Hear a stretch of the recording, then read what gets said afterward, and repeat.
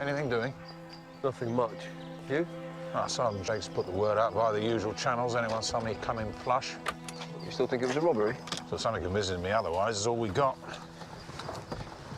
Anyone else unusual in the visitors' book? Yeah, Mr. and Mrs. Gardner from Kingsport, Massachusetts. An American couple. They're staying at the...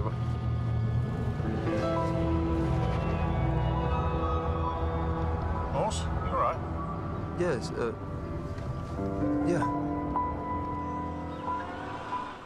Is he all right? Good question. Sean Evans is here. Very good morning to you. Lovely to see you. Thanks for having me. So it's back on again. Yes. And Morse is a little bit... He's sort of a bit nervous, isn't he, I suppose, because of what he was shot, wasn't he? Yeah, well, if you see the last one at the end... I don't want to give too much away, but go on. But at the end of the last one, he was shot and then lost his dad. And then you have 4 months in between. And then what we showed on Sunday was the first day back after the break. Where he's carrying some baggage, to be honest, isn't he? Yeah.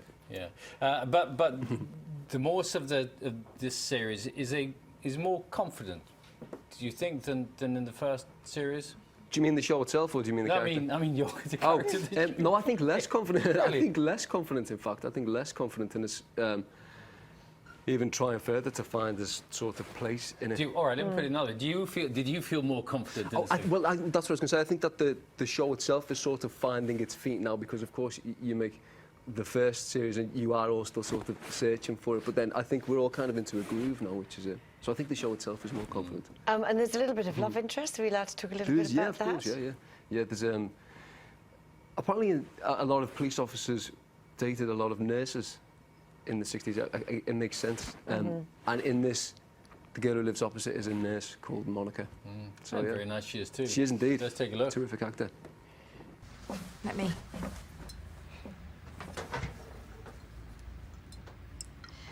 This is going to sting a bit.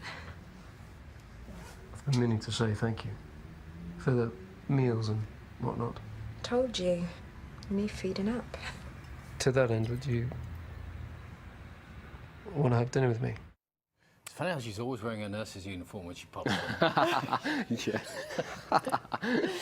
Tell us about the set and stuff, because it goes, you know, it's pretty true to the era. It's 1966, isn't it? Yes, it is, yeah. Yeah, they do an incredible job, the art department, in making it as realistic as possible. And if you think about it, there's 50 or so sets for each film, and each one is so well designed. And there's even, you pick up little things on the table, and it's perfect, it's brilliant, especially when you see the station as well. It's incredible, man. It's incredible. You must have been very encouraged by the success of the first series. Yeah, I was delighted because, well, I mean, look, as an actor, you want people to see your work and you want them to enjoy it.